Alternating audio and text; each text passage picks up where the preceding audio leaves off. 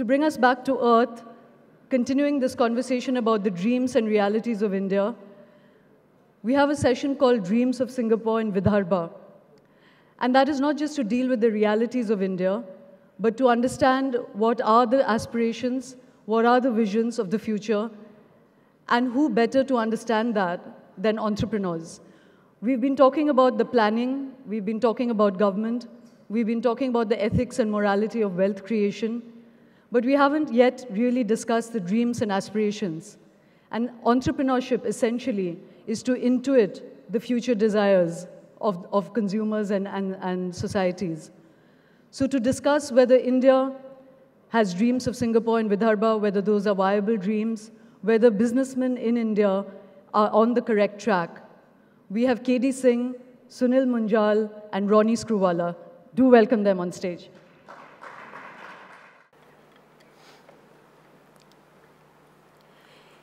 Each of them run massive empires. Each of them are very wealthy men. Because you know all of them, I'm not going to go into their achievements and the accomplishments of their companies. What we are much more interested in is, as I said, their intuiting of the futures of Indians and their dreams and aspirations. Ronnie, I'd like to start with you, because you were in the business of selling dreams, which was cinema. And that's what your core job has been. But when we approached you to speak, you said that you wanted to not speak about cinema and media, but about rural entrepreneurship. And you now have a foundation called the Swadesh Foundation, which is pledged to bring 1 million people in Maharashtra out of poverty, and your focus is on rural entrepreneurship. So at a time when we've all been discussing the consumerist dreams, the idea of bringing people into Shanghai or Singapore or Dubai, you're an entrepreneur that is focusing on creating social and rural entrepreneurship. What took you there? What shifted your attention from, well, not shifted your attention, what brought your attention to rural India? I think the three parts that I'd like to break this up into. First, and the core of it is entrepreneurship. I think we need to realize that if we're calling ourselves the young India, there are not going to be enough jobs for everybody. And I think from that perspective, where are entrepreneurs over the next 5, 10, and 15 years going to figure out where they're going to get the next opportunities? I don't think it's necessarily going to come only from new media, e-commerce, and .com, which seems to be the road everyone seems to be traversing on. I'm a firm believer that actually rural India will offer a lot of opportunities in social entrepreneurship. I do want to sort of segregate rural participation and rural social service from social entrepreneurship. Because I think the other perception, and we're just starting off on this road, India's starting off on this road of social entrepreneurship, and I don't want it misconceived that actually social entrepreneurship seems to be a low-return business where an entrepreneur needs to have a social mindset to get in there, and therefore he'll have low returns. In fact, it could actually be the opposite. Because in most other places, and especially in urban India, you have high competition. We have a herd mentality in India where almost every time you start a new sector or new industry, 500 people think it's a fantastic idea and come piling on. And so you have a most competitive environment. And I think if we actually look at rural India, there are going to be tremendous opportunities. I personally am a strong advocate that everyone between the age of 18 to 25 should be mandatorily allowed to serve 6 months in rural India. Pretty much like how France or the US or even Singapore tell you to go and spend a year in the army. Conscription, yeah. And I think firstly it's going to benefit them hugely. Personally, I think it's going to first benefit them hugely. Second, obviously, they're going to be able to understand how the other half lives. And if we don't get the 600 million people and figure out what the business opportunities for there, it's not going to change that completely. But third and most importantly, I think in 6 months, they'll come back with business ideas of what the opportunities are. So, Ronnie, before I move to KD and Sunil Munjal, can you spell out what is the social entrepreneurship there? What is the business model that you're involved in? What is it that you have what are the ideas you've come back with? Well, I think if you look at outside of the urban cities, the first and obvious ones, and I think we've been doing a fair amount of, everyone's talking about the fact that Africa is the next agrarian country, but I think India still has a lot to do there. I think just our agriculture sector here has a perception problem. Number one, we think everyone is a farmer, and therefore it's one of these small-scale situations from that, and not so at all. There's a tremendous amount of scope for consolidation in the agri space. There's a tremendous amount of consolidation for us to be able to work with the people there to create brands and create scalable opportunities in agriculture, which we haven't even touched the iceberg on. The second is really rural health. And right now, it's at the abysmal stage. So if you look at some of the opportunities just in these two sectors, and of course, the sort of 8-pound gorilla in the room is education. If you just take these three opportunities, I think it would dwarf anything that we're doing in the services industry and in the manufacturing industry in India. No, I just meant to spell out that business, Ronnie, in numbers. For instance, if you get involved with rural health, how does that become a business? Let me give you one example. I think, well, firstly, it's a fact that we're the blind capital of the world. What does that mean? Not that everyone's born blind, but 50% of everyone who's either blind or going blind in the world resides in India. Okay? And I think that in itself reflects a very, very tall opportunity in the healthcare sector.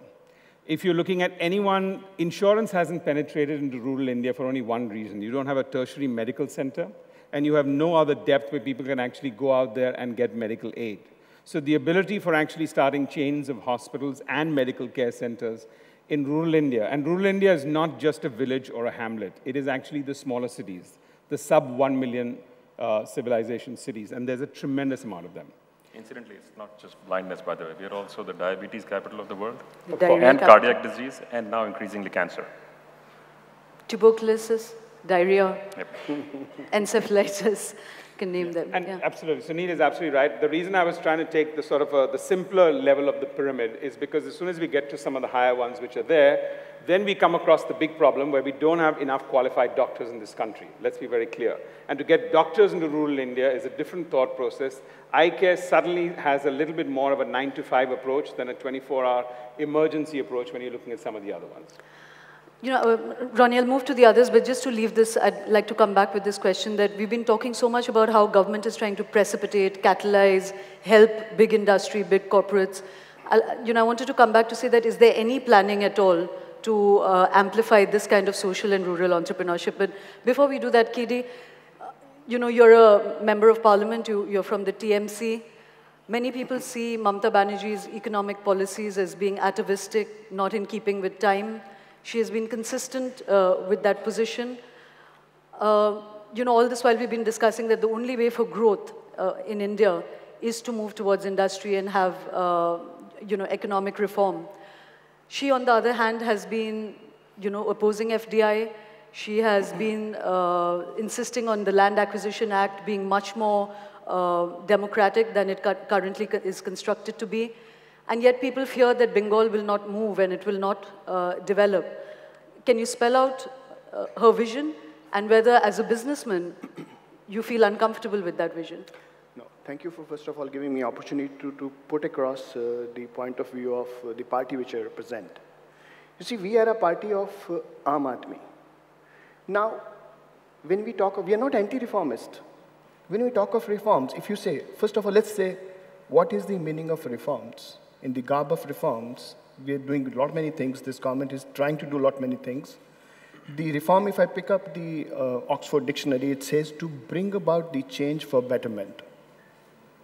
Now, if increasing the price of the diesel is reform, yes, we are against it. If acquiring the land forcibly from the people who are unwilling to give you the land, we are against it. We are not against the reforms per se. We did not oppose FDI in aviation. But yes, we are against the FDI in pension funds. Because pension funds, if I give you the numbers, in the economic meltdown, New York City, their own pension fund, they lost $40 billion. Now, are we mature enough? Do we have our social security systems in place? Can we afford, if the FDI comes in pension and the money is given in the hands of the foreigners to play around, there is a possibility that the money can be lost, as I'm giving you example. OECD countries in 2008 meltdown lost $4.5 trillion. They're all developed economies. So we are against such things. We are not against per se reforms. It is a wrong notion, it's a wrong propaganda that we are against reforms. Our party is definitely not against reforms. And when we say, when Mamta ji says something, it's for the common man. The common man, this country is 120 crore people, out of which 190 crore are common men. Common admi, aam admi, where if you increase the diesel price, it hurts. If you increase the cooking gas, it hurts. Now, I know our critics will turn around and say that this makes economic prudence. How do you handle the economic prudence? But, well, that's the governance. The governance is to create the right balance. You know, they say like darkness is not the opposite of light. It's merely the absence of light. Similarly, if there is a problem, it is not the absence of a solution. It is merely the absence of an idea. This government is out of ideas. So, KD, in fact, every time one is in a media debate about economic reform, and when everyone felt that the economy is slowing down, there was a panic in the middle class and in the media about it. All the conversation used to hinge on these three things, you know, the Land Acquisition Act, FDI in insurance, FDI in aviation, and FDI in retail. And I kept asking people, why is it that the economy of this entire country depends on these three reforms? So, you know, you're also part of the business fraternity. If for a moment you take off your TMC hat and put on your businessman's hat, can you help us understand why your fraternity believes that that's the only three things that will galvanize growth in this country? Incorrect. FDI is not a magic wand. It's not that FDI will come and it'll be answer to all your problems. It's incorrect. I come from a business background, but you know, let me give you a very Mamta ji's thinking and the angst of the Aam Aadmi. In, if you permit me, in a poetic answer, it says, "Ho chuki hai peer." Peer is the morning, the dawn. "Ho chuki hai peer, parvat si पिघलनी चाहिए. इस हिमालय से एक और गंगा निकलनी चाहिए. सिर्फ हंगामा खड़ा करना मेरा मकसद नहीं. मेरी कोशिश है कि ये सूरत बदलनी चाहिए. तेरे सीने में जले या मेरे सीने में सही, हो कहीं भी आग, पर ये आग जरूर जलनी चाहिए." That's the angst. That's the angst of this country. That was the angst which I also felt. The corruption. I have seen corruption from very close quarters. For the benefit of the audience, I don't know if everyone knows about me or not, I was 19 years of age when I started business, with nothing in my hands. I was born in a very small family, a middle-class family. I've gone to those schools where we did not have benches, where we studied under the trees. I remember the fees which I paid till my 5th standard was 3 naya paisa. That's the Aam Aadmi. From that Aam Aadmi, I climbed, I worked hard, created an enterprise, which is today valued at about $2 billion. But having reached there, having arrived there, I still feel the common man residing inside me, and I felt that angst. That angst forced me to resign. I've resigned all my corporate positions, as you know, and I have joined politics. Now, this joining politics is out of, it hurts. It hurts when I see all those things. So everyone, this angst comes out in the form of Anna or Kejriwal or the IS officers like Tehelka or people like me. So it is, when you say that wear the business hat and say that this is right, I'm surrounded by business people with all the, I seek their forgiveness, both of you also. See, when you do business, there is only one motive: to make money. Nothing wrong, because that's what you're supposed to do. That's what even I did. When I was doing business, that was the motive. But when you think, I remember when I entered Parliament, I came back and told my wife, I said, my life has changed. She says, what has changed? I said, when I walked through those corridors, when I entered those benches inside the Parliament, I felt a larger picture of the country. That this country is much beyond my own profit thinking. This country is, you know, I'll give you one small example. It's not out of the newspapers or my own thing which I have seen myself. I was in a tribal area. A person brought a small child to the hospital. The doctor checked, he said, Unfortunately, the child could not be saved. Few hours, the child passed away. The doctor asked that man that this child was unwell. Why could you not bring him early? We could have saved him. He says, "Saab, mere paas paise nahi the, bus ke kiraye ke." It took him 3 days to collect the money from the village for his bus fare. Now, when you increase 5 rupees diesel, I remember the face of that child. But Katie, I'm just leaving these one question because I don't want to exclude anyone from the question, but from the session. But the question I'd like to come back to you with is that Bengal is still asking for a huge bailout package from the center. And just to be the devil's advocate, I don't necessarily believe that this is the way to go about it. But the truth of the matter is that it is big industry. It is that kind of wealth creation that has happened since 1991 that is also enabling the exchequer to be rich enough to do all the kind of welfare that we want for the country. So if in the future TMC was to come to the central government, would it still have the policies that it has for the state government? Because, at least when you're in the state government, you can still apply for, loan waivers, for funds, for emergency relief to the center, which is grappling many more complexities. So that's one thought I'd like to leave with you, that will these policies be valid if you come to the center? With that, Mr. Munjal, you run one of the most profitable companies in the country. You've just split with Honda. Your own brand is something that is a global brand.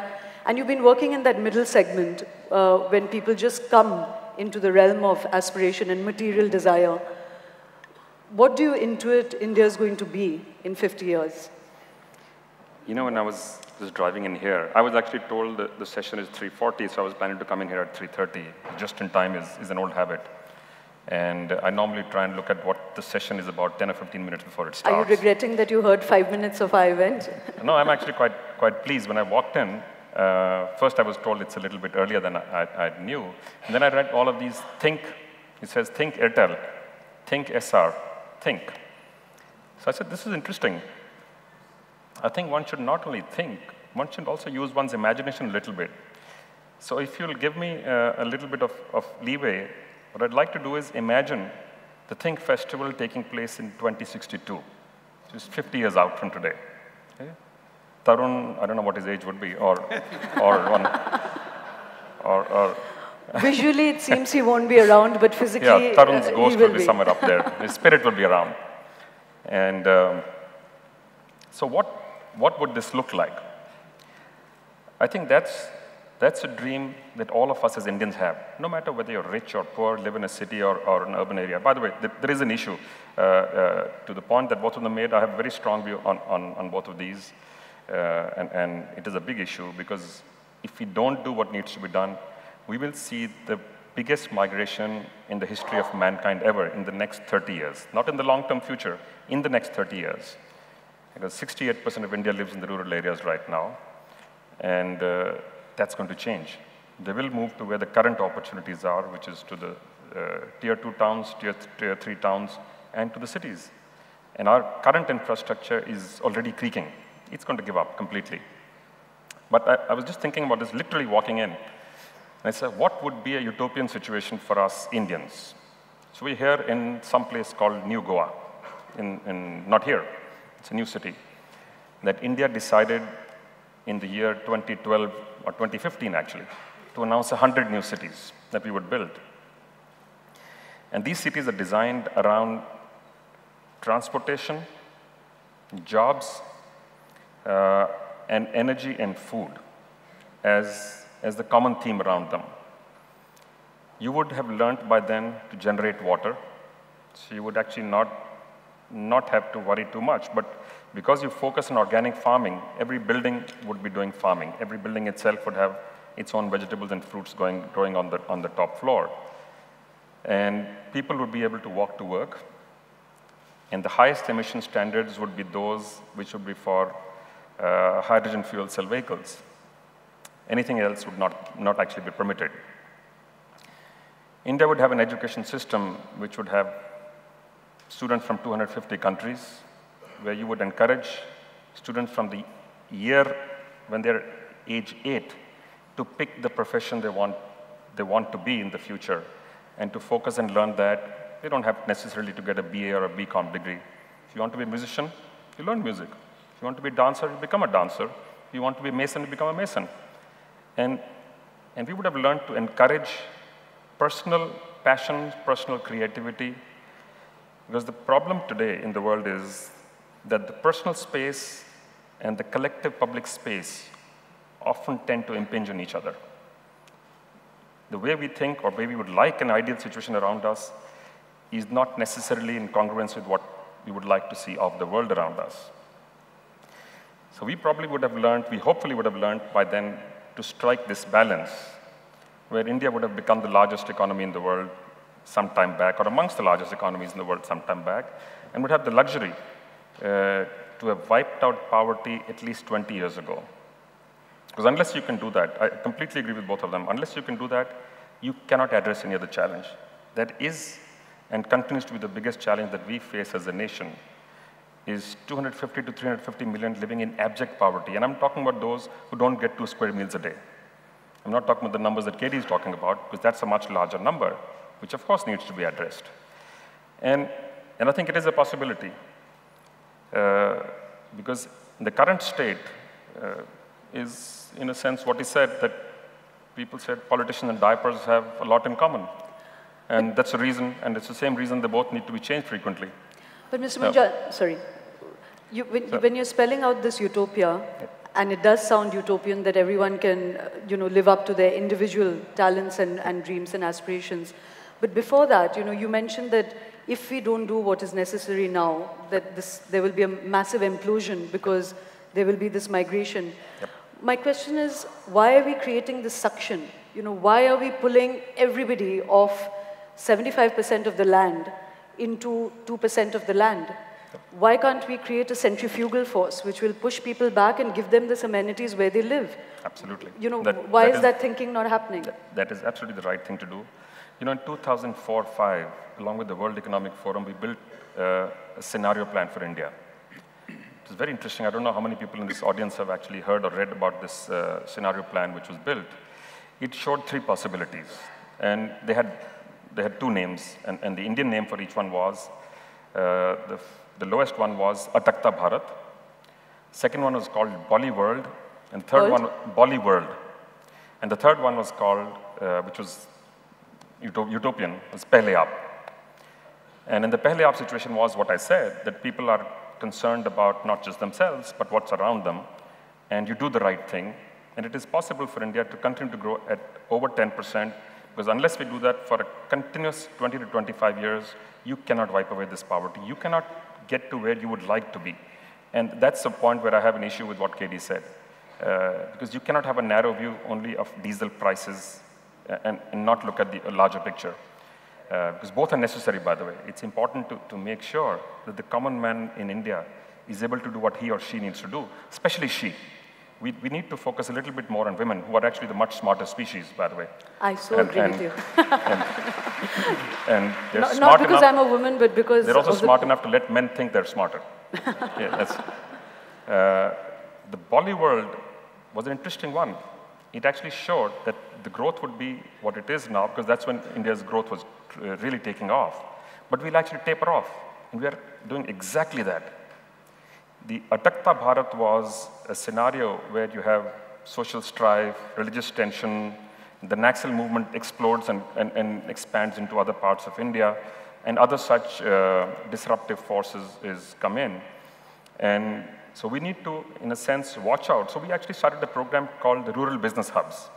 This was based on a program in Japan, which was built about 40 years ago, I think, which was one village, one product.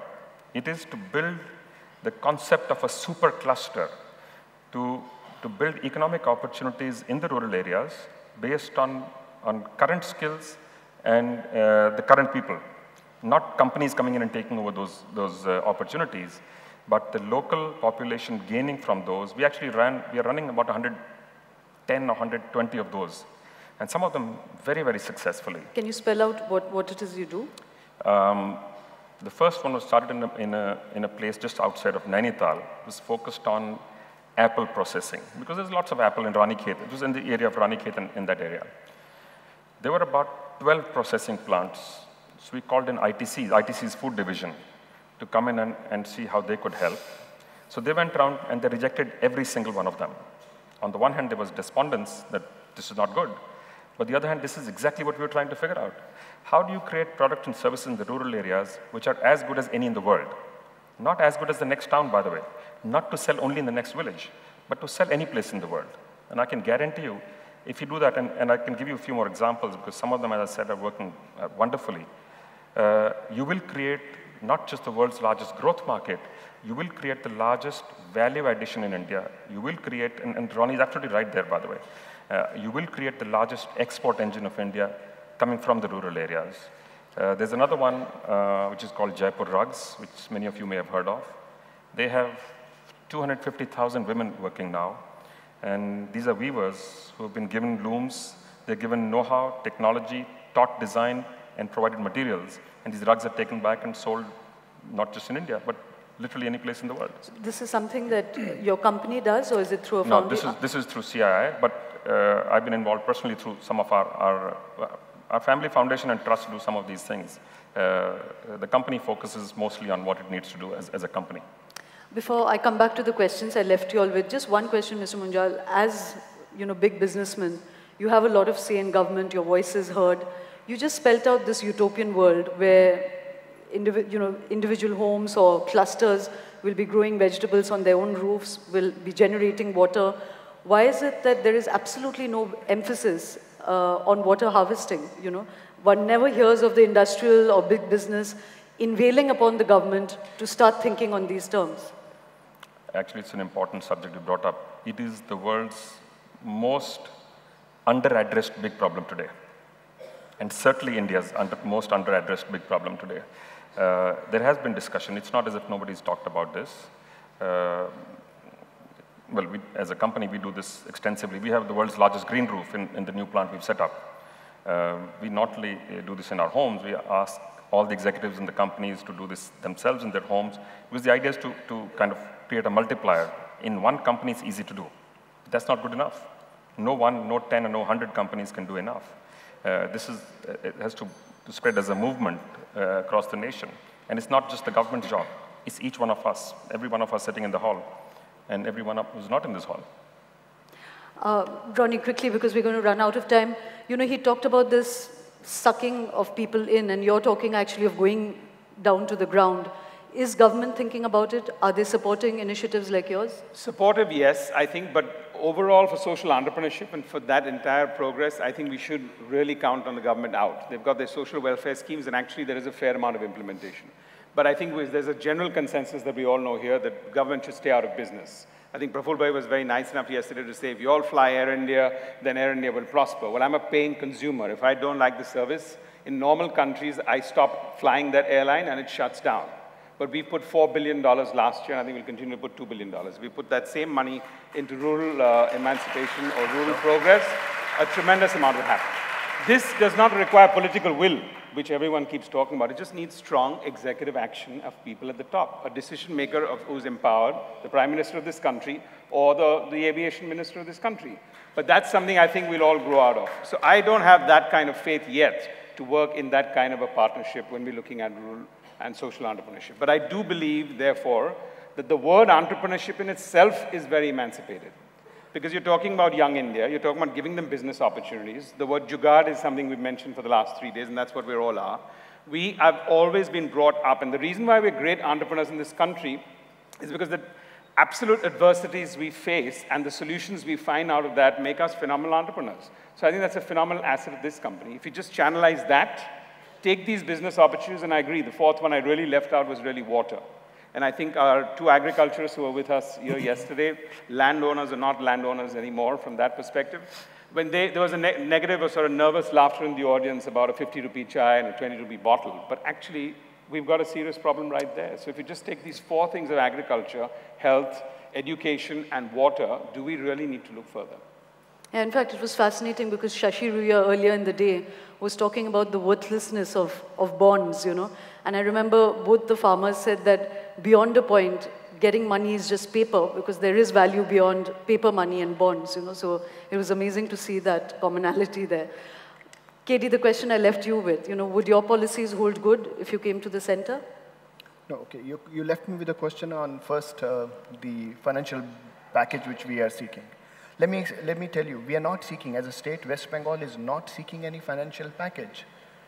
We inherited a state where 22,000 crore rupees per annum is the only repayment and interest. Our total collection is 26,000 crores. Now, how do we expect us to run the state? 8,000 is only salaries and pensions, which no state government can refuse. Where is the money for development? We did not create it, we inherited it. So the only thing West Bengal state government has been asking for the last 1.5 years from the central government is the deferment of the payment. There is no money which they are asking. That's a fair... So that was, it's not any, we are going out with a begging bowl and asking for a financial package. As far as policies are concerned, again, I'm saying we are not anti-reformist. We supported FDI in aviation. So where it makes sense. Yeah, where it makes sense. Now, FDI in retail, our thinking is that... to create new jobs, you'll push other people out of jobs. I'll give you the numbers. I mean, Walmart, I know maybe Rajan will kill me for that, but Walmart does a business of $420 billion and employs 2 million people. Our entire trade, the retail trade, is $410 billion, and there are 50 million people employed in that. So our fear is, as a party representing the interest of the Aam Aadmi, our fear is that if the FDI in retail comes, it will push these people out of jobs. Now hold it. I say that this is our assumption. If you think, the government thinks that what is democracy? Democracy is by the people, of the people, for the people, which means the larger writ of the people, the larger interest of the people, what people think should be implemented. If this government thinks that we are wrong, then let people decide. Let Parliament decide. What was the hurry to issue an executive order, sneak it through? No, we are against it. Now tell me where is it wrong? In fact, I had to rush another person through their session, Ulka Mahajan, the land activist, but there's a wonderful statistic that, they often speak of, that to create every one urban job, 300 people are put out of their jobs in rural India, Which brings me to my final question to you, Mr. Munjal. You mentioned the fact that rural clusters of prosperity can be created. But why is it that in mainstream media, and that includes CII and FICCI and all the think tanks from industry, why is there not such an urgent articulation of this possibility? Why is there such a panic created that if we only don't do this, then this country is going to collapse? The work environment in India has not been the easiest, as we know. And the example is very clear. If you look at which businesses have been successful in the last 15 or 20 years, is those where government either did not exist or from where government stepped back. Those businesses became successful. Now, and this is a fact, by the way. I'm not saying this as a slogan. It's a reality. The government has been extremely burdensome for business. It's over-involved. It's interfered. Government's business is not to be in business. Its business is to govern. And because of which industry has been so focused and so nervous every time there's a conversation which talks about more regulation or government taking funding away from what would be potentially helpful to industry to rural areas, they get nervous. And this happened 5 or 7 years ago when they talked of direct intervention in the rural areas. Because earlier everyone believed that trickle-down would work, the economy would grow, everybody would benefit, but it takes too long. So when direct intervention started, industry was the biggest resistor. They resisted this very, very strongly. Pretty soon they found this was actually fantastic because not only was infrastructure getting built in the rural areas, you were building a new class of consumers. And when consumer companies went, the desires of the individual consumers there is not very different from the cities. What do you think sells most in the rural areas? It's lipstick, it's toothpaste, it's shampoos. So industry found pretty soon this is absolutely fantastic. On the one hand, it's defensive, because if you don't do this, you're not too far from where France, Russia, or China was, 5 or 10 years before they had the revolutions. And on the other hand, you have the potential of building the world's largest growth market. So industry is interested, but it's just fearsome that if it takes the eye off the ball from what's required for industry, that they just may start interfering too much back again. and not be supportive for the initiatives which are required for the larger growth of the overall economy. So one final question, because I think we've completely run out of time, is that, you know, it is the sense of... But by the way, industry is supportive of this. I have to tell you this. Today, industry is very, very supportive. You know, much of the corruption does arise out of the nexus. It's almost that the old license Raj actually hasn't disappeared at all. So, you know, one doesn't argue with that. But if industry really is that enlightened, Mr. Munjal, the government is awful on environmental norms. Why are companies so lax, I mean, almost derelict, criminal in their environmental enlightenment? I think all Why can't you do that without government enforcing it? I think all industry is not very enlightened. I think we have to acknowledge the fact that this is a reflection of society itself. Industry is not an island. It's part of what we are as a society. It's no different, and government is no different either. It's all of us. We pick the leaders. We become leaders. There are people in this room who are leaders as well. And I think we need to think about this a little bit ourselves as a cultural and a societal issue. If you look inside, what is it that I am doing which helps better the lot of people around me? It's a very simple statement to make, but it has a very large implication if you focus on all of the aspects of this. And there are increasingly more and more companies who are saying we need to make that change for people around us. First for people who work within our companies, and then for people around us. But not enough has been done. And because the primary role of this was the government's, and government has not been able to play this role fully. So there is a room now for industry to say, we will support this. Those who are derelict themselves are certainly not going to do this. They will do some as a sham. If you say there's a compulsory 2% spend of your profits, people will start showing, I believe, training costs, etc., as part of the social spend. Yep. But social awareness needs to arise in individuals, not in companies. Thank you. Personally, I would have, sorry. There you go. Personally, this is a conversation one could carry on for much longer, but thank you all of you, and thank you for listening. Thank you.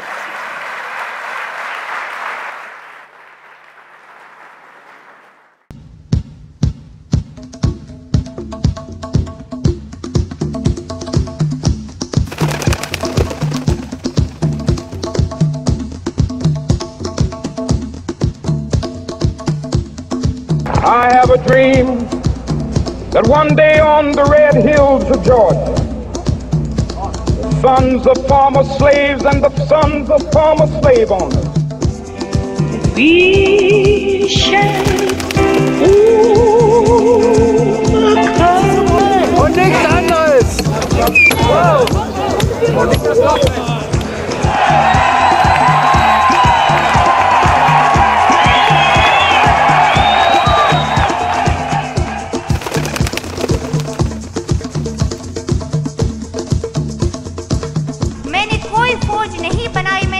बंदूक इस्तेमाल नहीं की, मेरा हथियार था